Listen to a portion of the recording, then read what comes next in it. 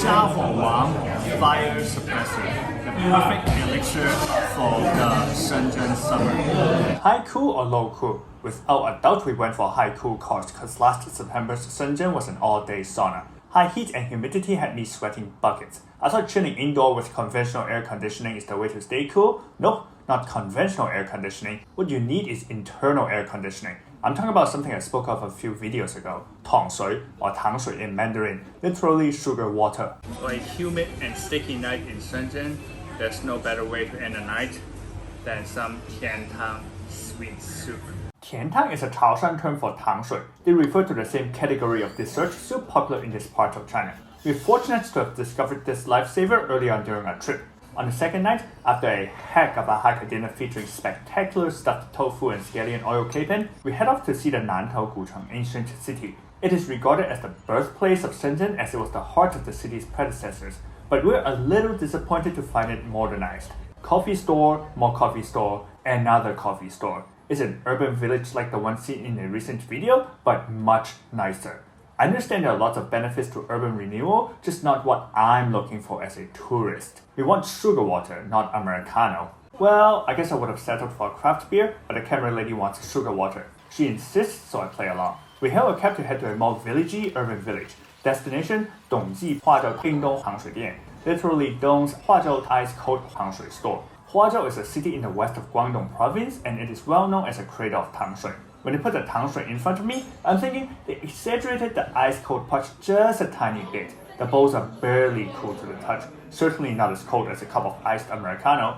But the cool thing is, it doesn't need to be cold to keep you chillin' like a villain. 虾火王 fire suppressor, the perfect elixir for the Shenzhen summer. I chose the fire suppressor just because it sounds cool, figuratively. The fire is a jargon referring to the internal heat as per the philosophy of TCM. Some foods are cool or cold by nature, such as pear, water chestnut, silver ear fungus, and mung bean as used in this fire suppressor. Believe me, there's no ice inside the soup, but it feels like I just drank an ice bath or an internal air conditioner. The hardcore sounding tangshui really does cool me to the core. It's not even that cold, but it really cools you down. For foreign viewers, especially those outside of Asia, this coolness might sound like pseudoscience, but I'm telling you, without sugarcoating my experience, sugar water works like a charm. At least for me it does. TCM has influenced many Japanese and Korean traditions still prevalent today and has many principles and methods similar to practices like yoga and aromatherapy. Case in point, a few nights later we'd visit a small joint that sells tiantang from the Chaoshan region. These are cheap plastic bowls of sweet soup inside a run-of-the-mill glass door fridge. Nothing frozen at all, not a single shot of ice crystal, but it chills you to the bone, in a good way. So that is the Wuguotang fried fruit soup. It's a classic tangshui sugar water of the Chaoshan area. The five fruits refers to different materials. There are no strict recipes. What they use here includes things like peanuts, silver ear edible fungus, mung bean. Other places might have lotus seed or ginkgo. Tangshui concoctions are relatively easy and cheap to make. They're often produced at home, which is why recipes are open to modifications, resulting in an insane variety of choices. Another case in point here. This is also the Xiahuo Wang fire suppressor, but from a different shop in a different village. This recipe replaces some ingredients with sea coconuts and gui lingao tortoise jelly. Tangshui is chiefly a culinary heritage of Cantonese as in Guangdong cuisine, and is popular throughout Guangdong province. Chaoshan is in eastern Guangdong, and Huazhou is in western Guangdong. It is even found in neighboring provinces. Take for instance Qingbuliang of Hainan. Actually, we would order Qingbuliang delivered to the Sheraton in Dongguan a few days later, and some other tangshui delivered to the Pullman in Huazhou another few days later. And we would stand under a lamppost while relishing tangshui sold by old Mrs. Zhong from a roadside shack. Yep, we would go gaga over sugar water. Credits go to Dongji, where it all started. Well, not where it really started. When I lived in China, Hong Kong during my childhood, my parents would take me to Yungay in Saiwan. It's located on a steep and narrow street, and parking was a biatch. Yungay is renowned for black sesame soup and almond soup, which is white.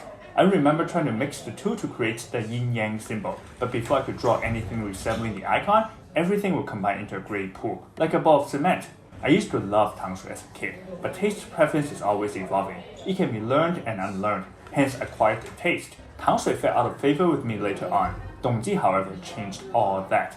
Now I'm relearning this childhood joy. If you've had a similar experience, hit that like. The taro and the 5 suppressor were so good, we had to go for round 2. The taro is 招牌香鱼露, literally signature taro nectar. It is supposedly a Dongji original creation. It really is nectarous and has elevated the shop to such fame that it's been interviewed numerous times over the years and that there's a copycat right across the street. I think the dish is basically sago soup with taro, but Dongji manages to turn blocky taro into creamy delight, with texture somewhere between gelato and soft serve. Round 2 at Dongji isn't as astonishing as round 1, but still extremely enjoyable. Mango pomelo sago would have been the star at most other shops. I must thank the camera lady for insisting that we try Dongji. Now I'm eager to explore tangshui with an open mind. Maybe you'd do that too next time you encounter such sweet soups, or an opportunity to try traditional Chinese medicine. On our last night in Shenzhen, after finishing off the last drop of Chaoshan's soothing sweet soup at the Ma Yongli store, we returned to the Muji Hotel seen in my last video to pack our bags for the next leg of the journey. Ohayou gozaimasu. So we are the first group of customers at the Muji Diner inside the Muji Hotel Shenzhen this morning. We are up early. It's before 7 right now. We're up early because we have a train to catch to Dongguan. That's where we're heading next. See you all in Dongguan. 再见.